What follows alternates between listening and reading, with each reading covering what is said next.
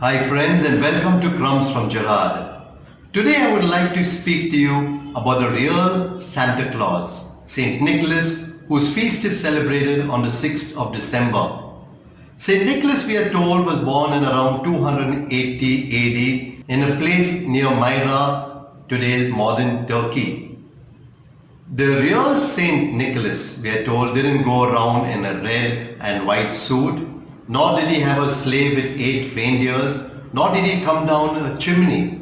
But he dressed up as a normal bishop because that is what he was. Then when did this tradition come in of Santa Claus? This came in many centuries later in America, where the tradition of Saint Nicholas went there, and slowly and gradually it developed into what we call Santa Claus. A painting of Thomas Nast in 1881 popularized Santa Claus as we know him today. But earlier I told you he just dressed like a bishop. Now what is Saint Nicholas known for?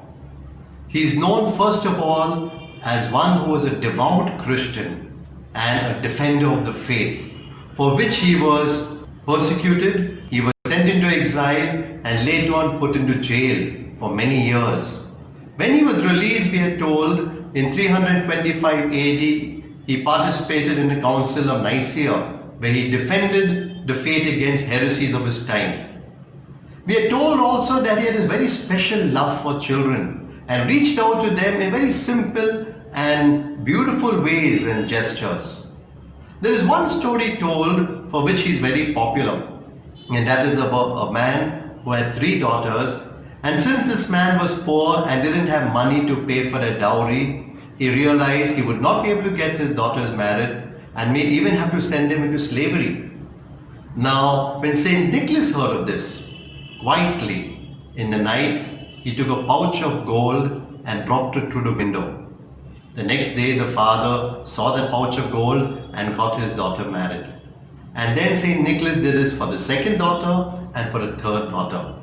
We are told that once when the pouch was thrown in, it fell into a stocking at the side of the fireplace. And that's how maybe the tradition of gifts at the fireplace is even carried on today.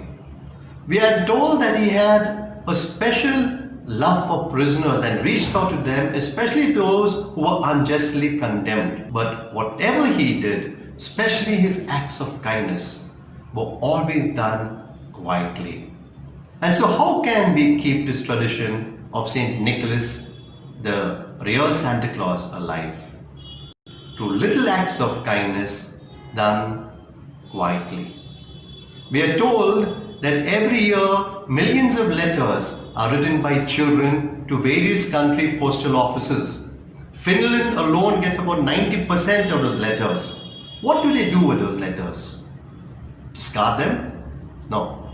They have workers, but more so many volunteers. Their little act of kindness is to reply to each of those letters. And so now is your chance. Keep Santa Claus alive. The original Santa Claus, Saint Nicholas, through little acts of kindness done quietly.